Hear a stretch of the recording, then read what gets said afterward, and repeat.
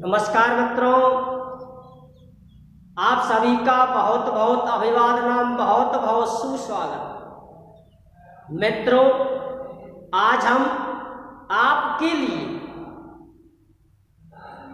समास का जो अंतिम भाग है द्वंद्व समास, उसको लेकर आए हैं। द्वंद्व का मतलब है दो व्यक्तियों के बीच में युद्ध।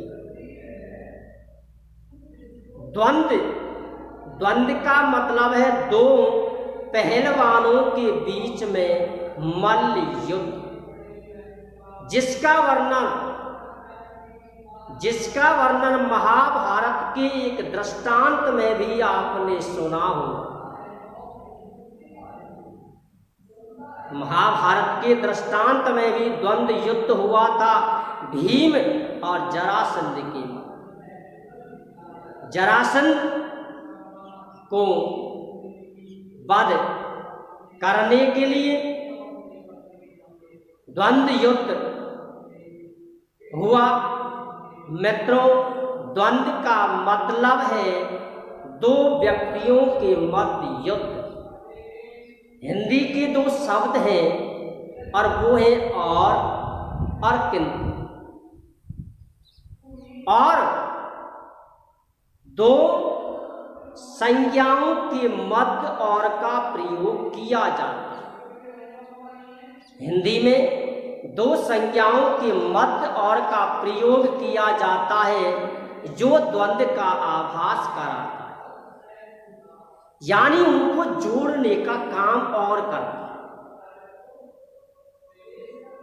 दो मित्रों को जोड़ने का जो काम करता है, दो व्यक्तियों को जो जोड़ने का काम जो करता है, मित्रों, बच्चों, एक शब्द है, उसका नाम है बिचौलिया। बिचौलिया क्या काम करता है? बिचौलिया दो व्यक्तियों के मध्य उनके संबंधों को जोड़ने का काम करता है। संबंध जुड़ जाने के बाद वो वहां से प्रस्थान कर जाता है। उसका कोई भी एहसान नहीं रहता है, वो जानता है, लेकिन फिर भी उसका जो दैनिक कर्म है, उसका जो कर्म है, उस कर्म को वो निभाता है और दो व्यक्तियों के मध्य और का काम करता है। और एक होता है किंतु। और का मतलब है द्वंद्व और किंतु का मतलब है शंका। किंतु का मतलब है शंका। मनुष्य कोई भी काम करता है, किसी भी कार्य को करता है, लेकिन उसमें शंका करता है। यदि मैंने, मान लीजिए किसी ने व्यापार प्रारंभ किया, व्यापार में उसे 10,000 का मुनाफा हुआ, एक महीने में 10,000 का मुनाफा हुआ, फिर भी वो सोचता है, मनुष्य सोचता है, उसकी ये विचार शैली होती है, उसका मन है, क्योंकि मन लोभी है। लोभी अपना विनाश करता है। लोभ के कारण वो सोचता है, मुझे 10,000 का मुनाफा हुआ इस महीने, लेकिन किंतु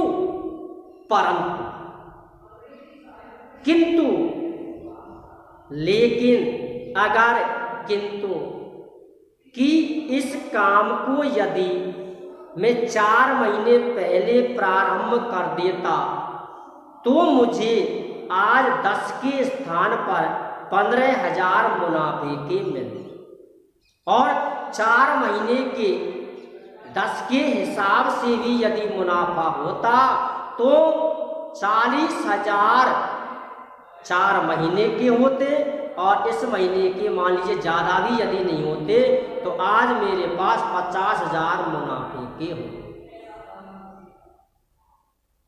हो गई शंका। यानी मनुष्य का कभी भी दिल जो है, हृदय जो है, वो नहीं भरता है, उसको संतुष्टि नहीं मिलती।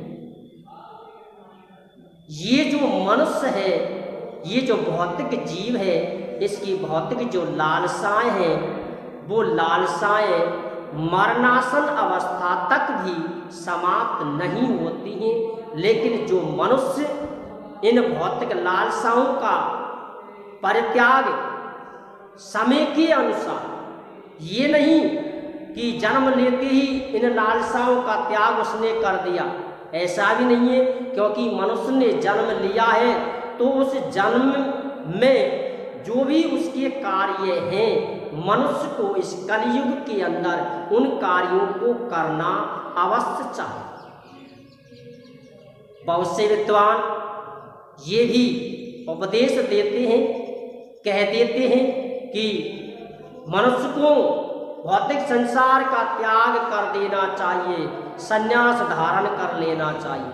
लेकिन मित्रों, मेरे अनुसार, मेरे विचार से मनुष्य को जन्म लेने के बाद जिसके लिए ईश्वर ने उसे भेजा है, ये जो भौतिक संसार है, इसमें कदम कदम पर कठिनाइयां भरी पड़ी हैं। इन कठिनाइयों का सामना करने के लिए ही ईश्वर ने तुम्हें जन्म दिया है।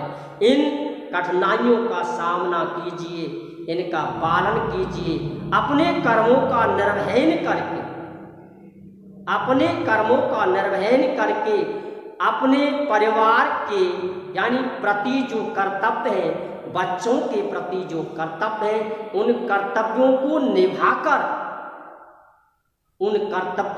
निभाकर अपने इसके बाद जो कर्म है, उन कर्मों को मनुष्य यदि करता है तो वो महान होता है। लेकिन कुछ लोग अपने स्वार्थ के कारण, प्रवचन के माध्यम के कारण सामने वाले को यानी वक्ता जो होता है, वो श्रोता को अपने अधीन करता है, जिसके कारण उसकी प्रसिद्धि हो, उसका गुणगान हो, श्रोता का क्या हो, उसकी अवस्था कैसी हो, इससे उसका कोई लेना देना नहीं है। उसे मात्र अपने प्रचार से मतलब है। इसीलिए मित्रों, आपको वही करना चाहिए जो शास्त्रों में लिखा हुआ है, जो अपना मन करता है, जिसके बारे में आप जानते हो। इसी के साथ मनुष्य को अपने कर्मों का पालन करना चाहिए। ये द्वंद्व जो है, ये द्वंद्व है दो व्यक्तियों के मध्य युद्ध। द्वंद्व जो समास है, ये द्वंद्व समास, द्वंद्व समास का अर्थ भी यही है, चार थे द्वंद्व, चार थे द्वंद्व, ये इसका लक्षण। चार थे द्वंद्व, चय के अर्थ में, चय के अर्थ में द्वंद्व समास होता है। नंबर 2, अभय पदार्थ प्रधानो, अभय पदार्थ प्रधानो द्वंद्व।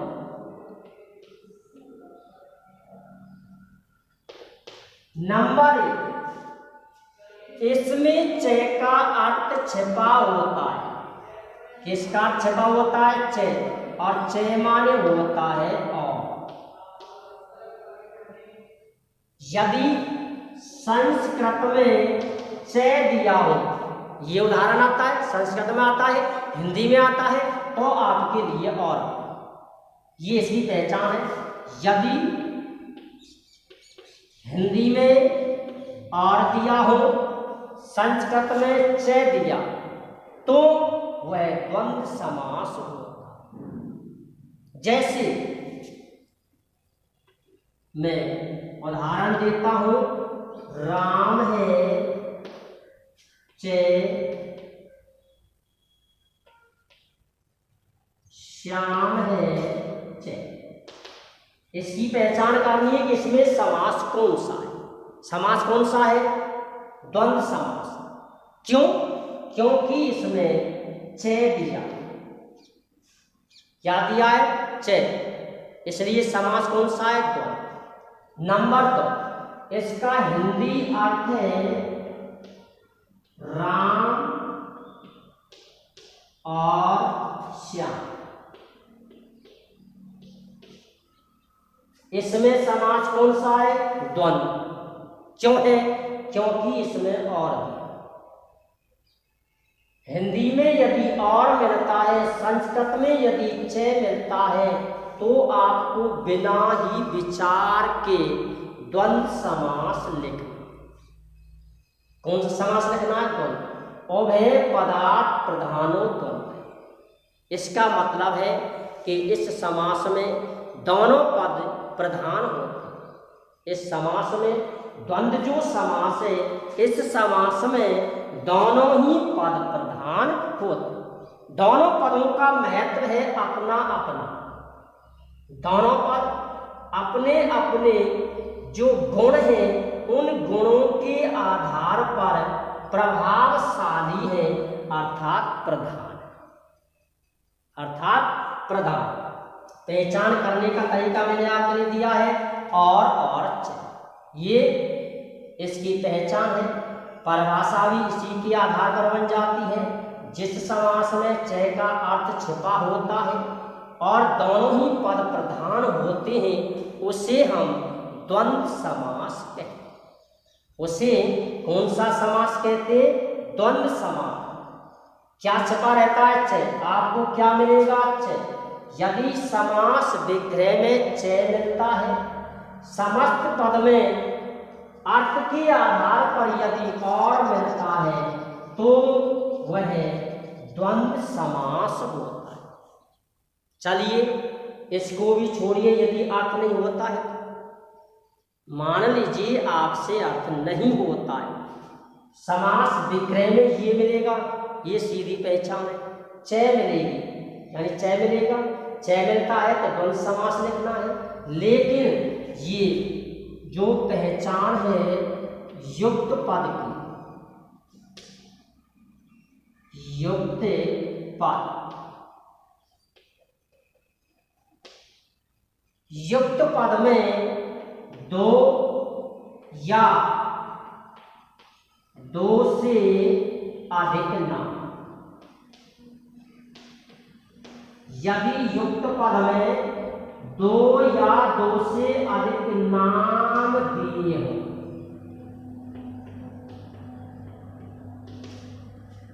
ये तो सीधी पहचान है। यदि युक्त पद में दो या दो से अधिक नाम दिए हो, तो वहां द्वंद्व समास हो। नाम यानी संज्ञा आपको मिलेंगी। समास विग्रह में च मिलेगा। समस्त पद में दो या दो से अधिक नाम मिलेंगे, संज्ञा मिलेंगी, तो वहां द्वंद्व समास हो। अगला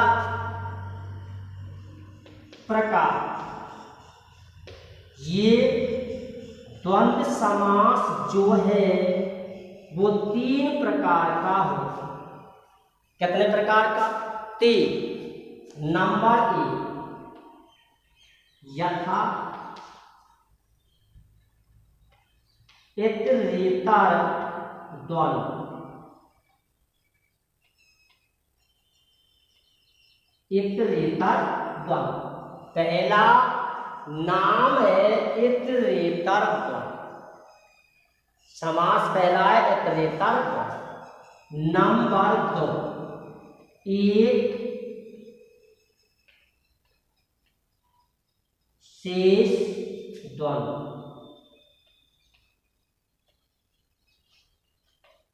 और तीसरा जो है वो है समाहार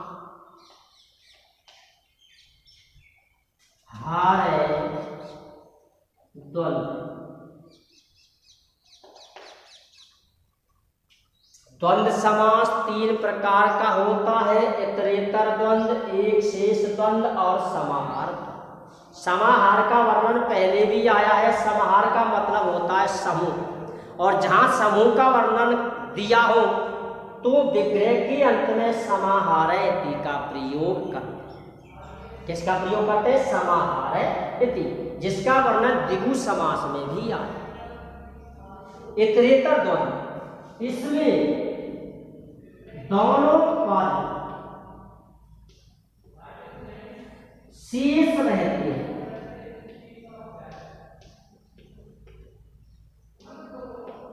इसमें इतरेतर द्वंद्व में दोनों पद शेष रहते हैं। जैसे राम है चाहे श्याम है, जब इसका समस्त पद बनता है तो इसका बनेगा राम श्याम। समास विग्रह से समस्त पद में दोनों पद जब शेष रहते हैं तो वहां होता है इतरेतर। इसका ये भाग है, इसके प्रकार है, लेकिन पाणिनि जी ने इसमें भी एक आपके लिए छूट दी है। मैंने कई बार आपसे कहा है, यदि हो सके, यदि अच्छा विद्यार्थी यदि बनना है तो नाम लिखना अति आवश्यक है, लेकिन काम उससे भी चल जाता है कि आप सीधा नाम ना लिख के समास का नाम लिख दें तो भी हमारा उत्तर जो है वो सही मान लिया जाए। एक शेष द्वंद्व, इसमें पुल्लिंग जो संज्ञा है वो शेष रहती है। एक शेष द्वंद्व में पुल्लिंग जो संज्ञा है वो शेष रहती है।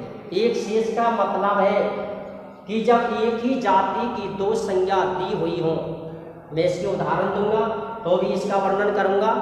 जब एक ही जाति की दो संज्ञा दी हुई हो तो वहाँ पुल्लिंग जो शब्द है, संज्ञा है, वो शेष रहती है, और स्त्रीलिंग जो संज्ञा है उसको समस्त पद में हटा देते हैं।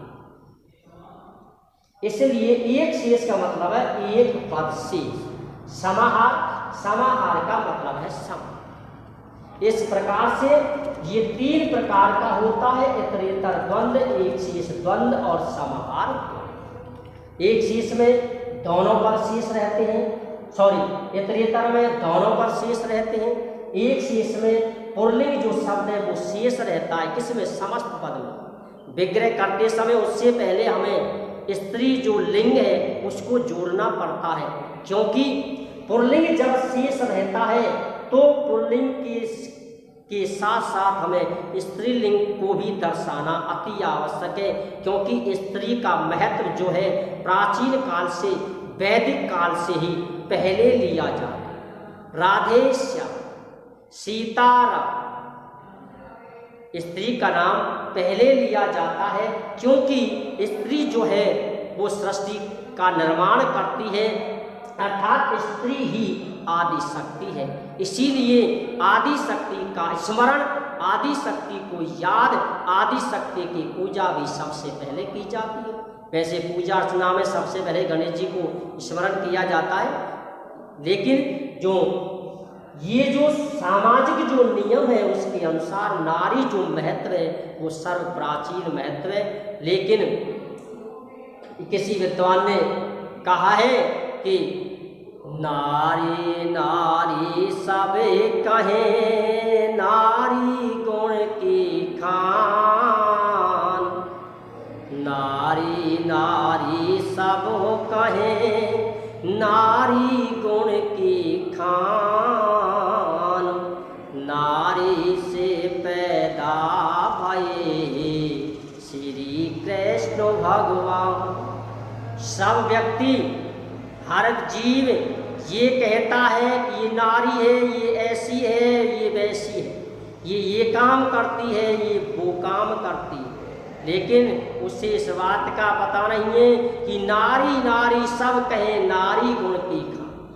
अरे मूर्ख, नारी जो है वो गुणों की खान है, गुणों का भंडार है, क्योंकि नारी से ही प्रत्येक जीव उत्पन्न होता है, नारी से ही भगवान कृष्ण की उत्पत्ति हुई है।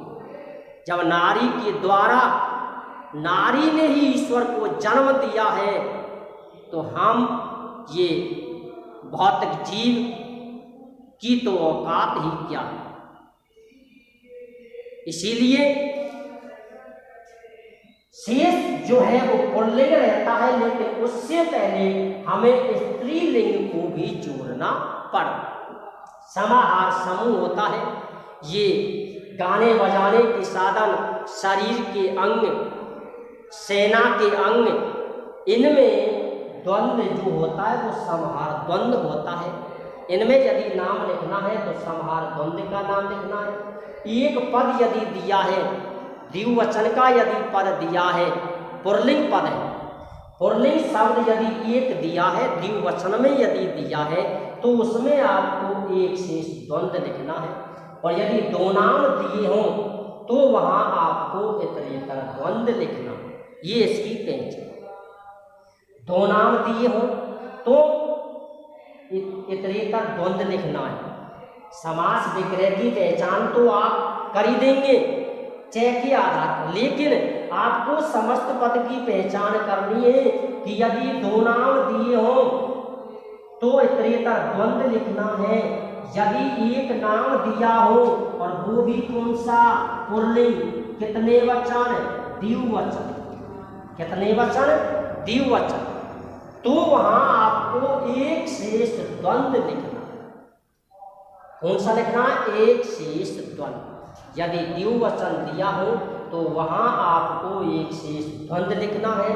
और यदि ये जो है नपुंसक लिंग यदि दिया हो, यानी क्योंकि समाहार द्वंद्व जो होता है, नाम आपको चय का छिपा मिलता है, दो या दो से ज्यादा नाम मिलेंगे, लेकिन अंत में अम लगा हो तो उसमें आपको समाहार द्वंद्व लिखना है। ये तीनों समासों की पहचान है। जय जय श्री मित्रों, दो नाम दिए हो इतरेतर द्वंद्व, पुल्लिंग नाम दिया हो द्विवचन में तो एक शेष द्वंद्व। अब समस्या है द्विवचन की पहचान हम कैसे करें, तो मैं अपनी तरफ से आपके लिए पहचान दे रहा हूं कि यदि औ, ओ, ई ये मात्रा यदि लगी हो, औ की मात्रा लगी हो, गुरु उ वर्ण की लगी हो, गुरु ई वर्ण की लगी हो, तो वह द्विवचन होता है। कितने वचन, द्विवचन। ये मैं कह नहीं सकता कि वो स्त्रीलिंग है या पुल्लिंग, ये आपको देखना, ये आपको देखना है, ये मुझे देखना नहीं है।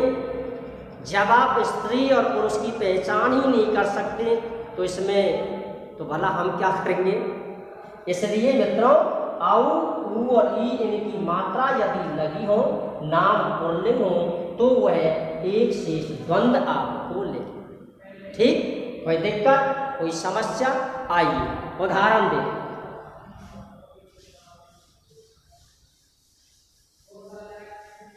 जैसे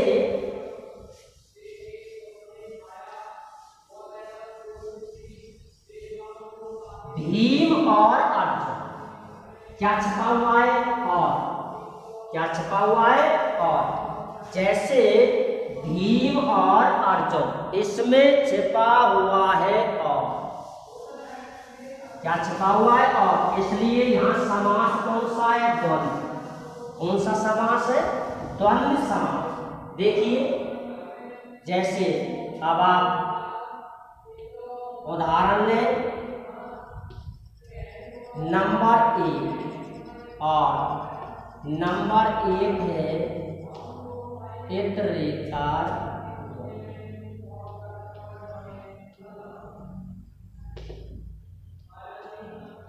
मित्रों, आपको समास विग्रह भी करना है।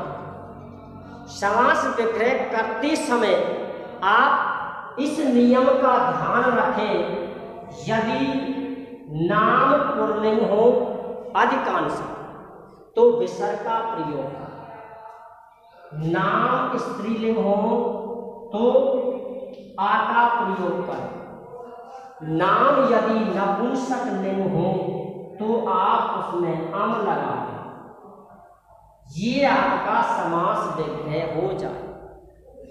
प्रत्येक नाम के बाद च का प्रयोग करें। प्रत्येक नाम के बाद किसका प्रयोग करना है? च का।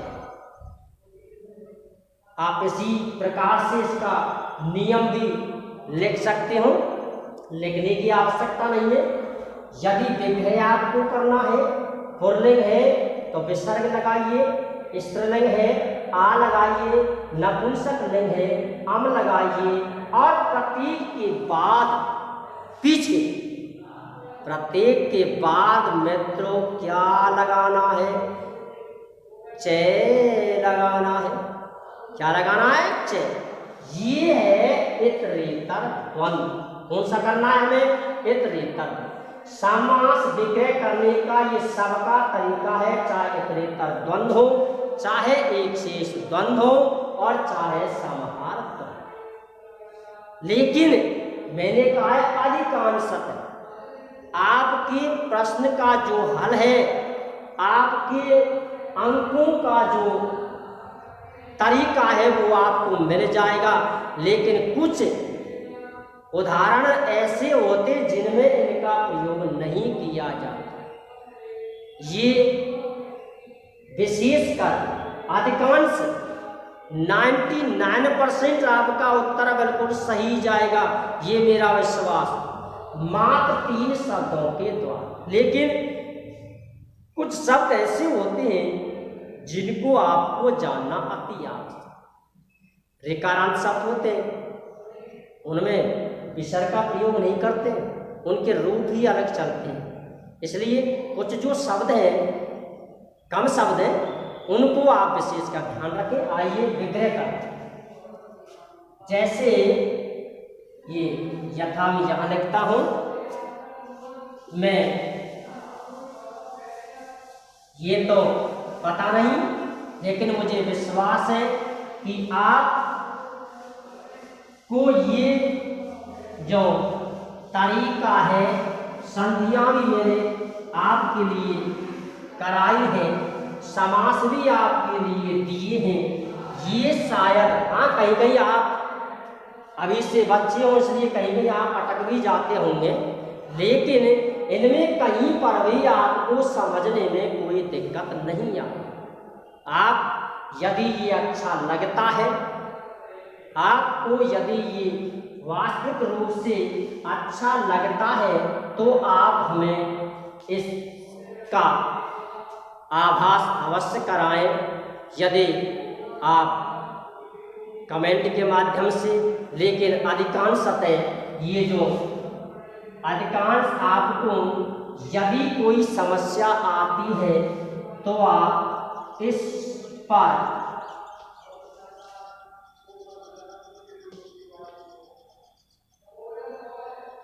कॉल करके भी आप अपनी समस्या प्रकट कर सकते हो, और हमें भी आपके मन में जो खुशी है उसका भी आभास करा सकते। देख रहा होगा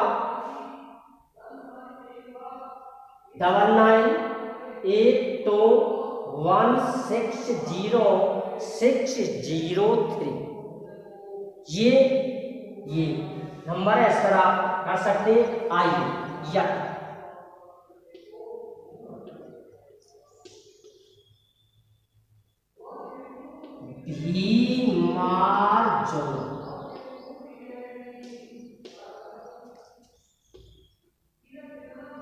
कितने नाम? दो नाम। कितने नाम? दो नाम। किसकी मात्रा? औ की मात्रा।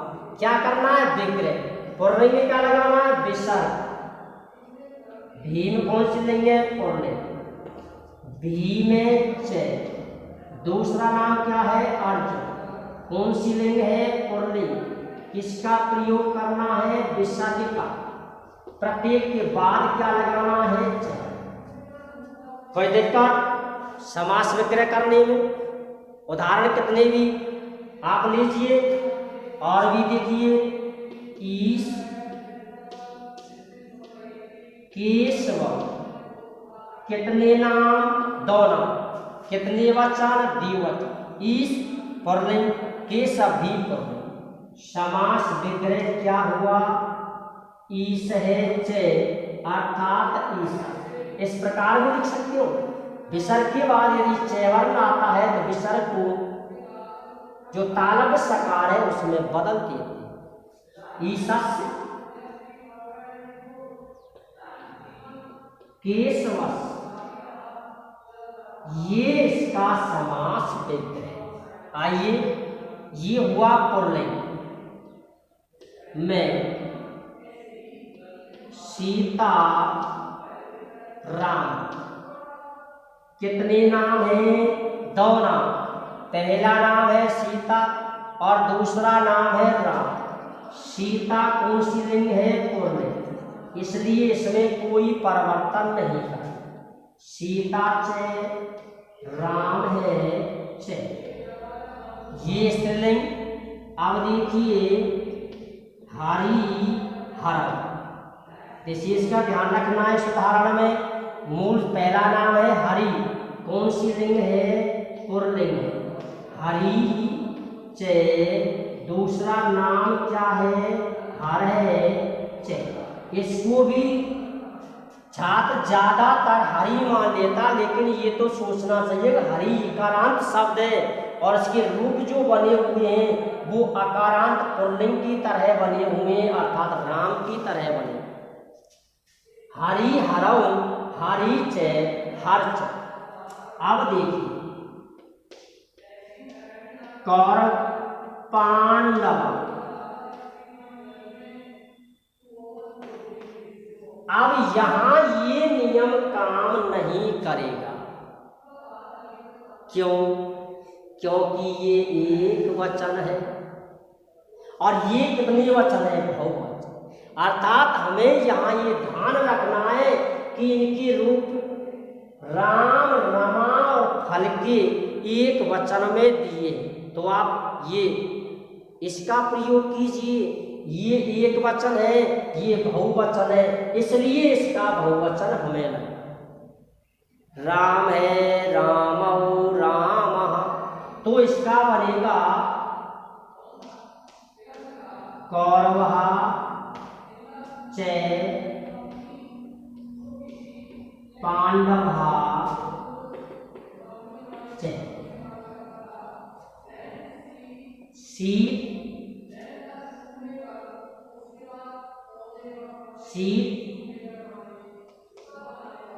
वसंत शिशिर, ये ऋतुओं के नाम में ऋतुओं के नाम भी पुल्लिंग माने जाते हैं, इसलिए इसका बनेगा शीतैच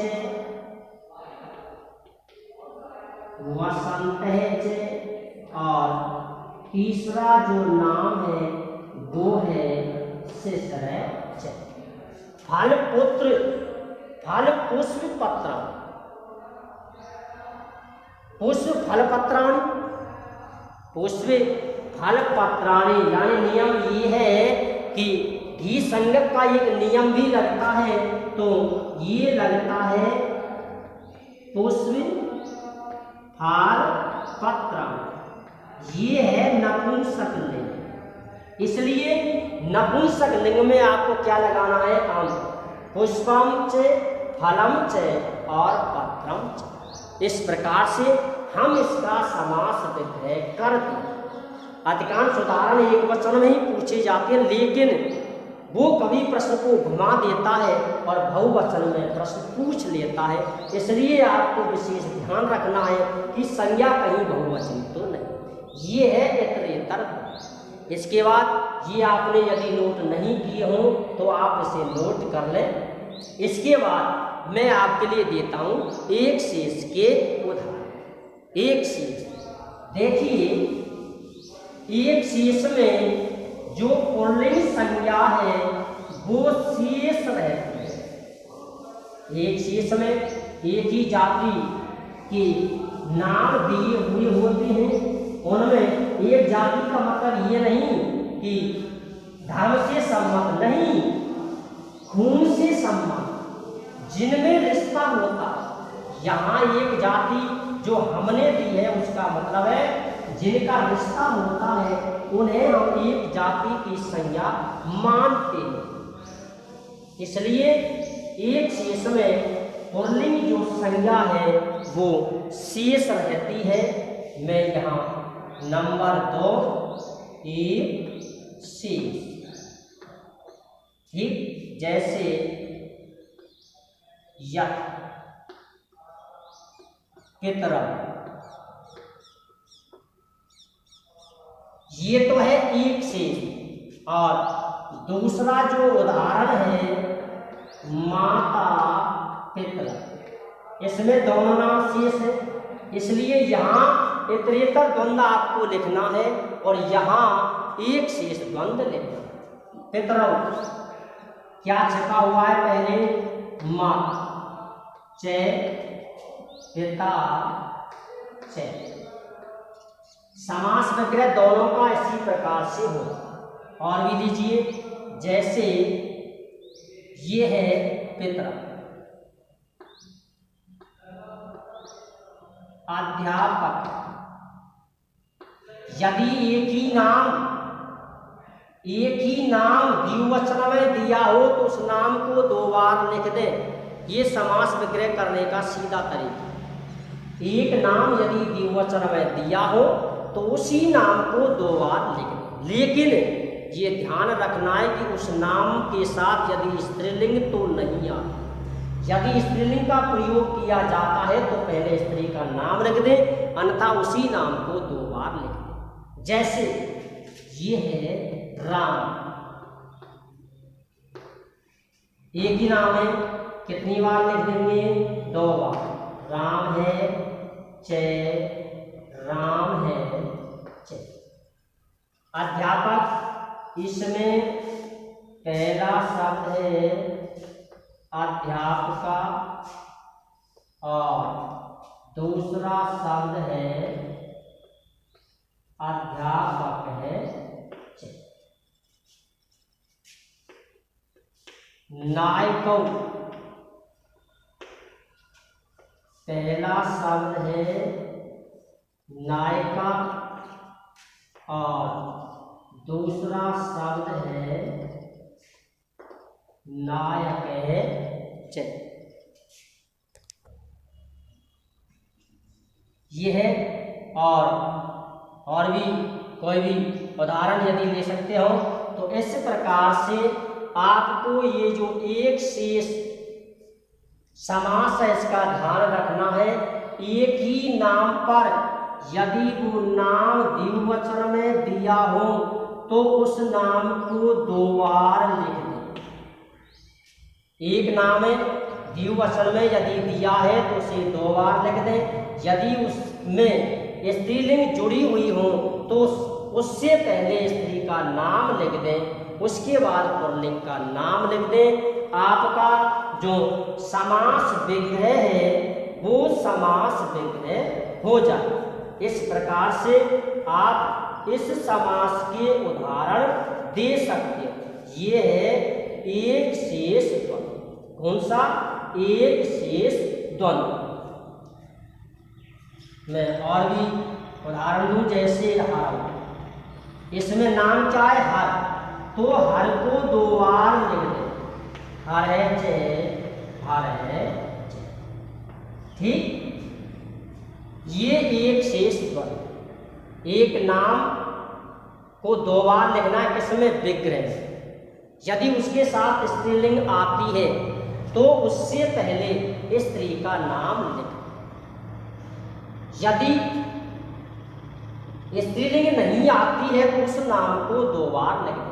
ये जो नाम है रामऊ, इसमें आपको भ्रम पैदा होता है कि राम से पहले सीता का प्रयोग करते हैं, लेकिन वो जो सीता है वो ये नहीं है, ये तो नाम है, भौतिक संसार का नाम है। ये नाम मेरा भी हो सकता है, ये नाम आपका भी हो सकता है, ये नाम किसी का भी हो सकता है। इसलिए ये नाम है, इसमें सीता का प्रयोग नहीं करें। इसके बाद अब नंबर जो 3 है वो है समाहार द्वंद्व।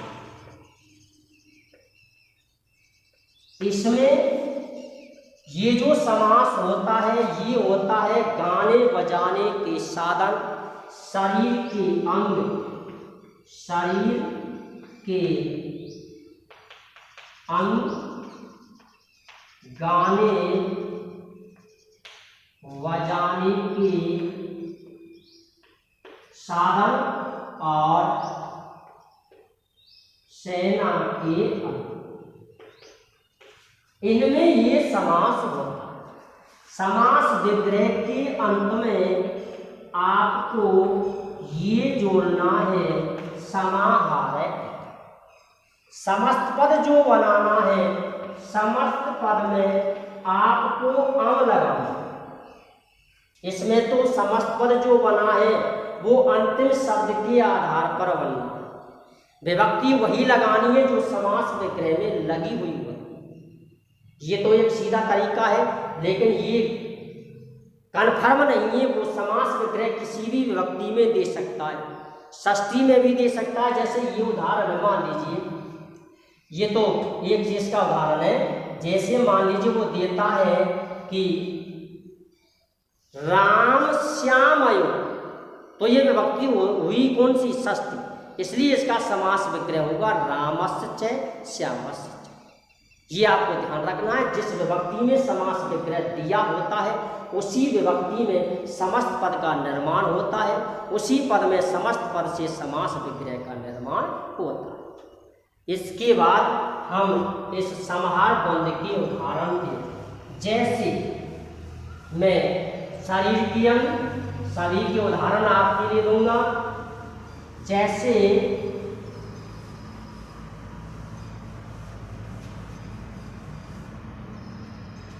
पाणिपाद,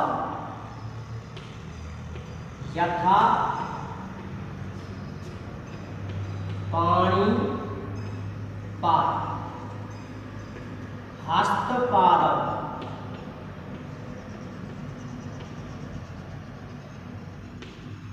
शिरो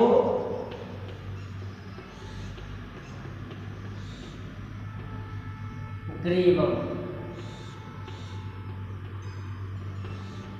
रथ का आश्रय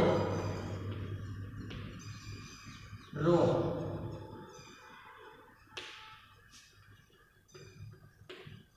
वाक त्वचा। शरीर के अंग भी है, सेना के अंग भी है। कितने वचन दिया हुआ है? सॉरी, एक वचन है, लेकिन लिंग कौन सी है? नपुंसक। नाम दो या दो से ज्यादा है, इसलिए समास है द्वंद्व। कौन सा है? समाहार द्वंद्व। क्यों? इसमें अम लगा। समास विग्रह करने का तरीका वही है, एकमात्र लास्ट में अंत में आपको जोड़ना है समाहार इति। देखिए, पानी, पानी माने हाथ। पाद कितने वचन? द्विवचन, पादौ च। अंत में क्या जोड़ दिया? समाहार है इति। हस्त माने हाथ, कितने वचन होते हैं? द्विवचन, हस्तौ च पादौ च। समाहार है। सिर है च ग्रीवा च। समाहार इति। रथ का च आश्रय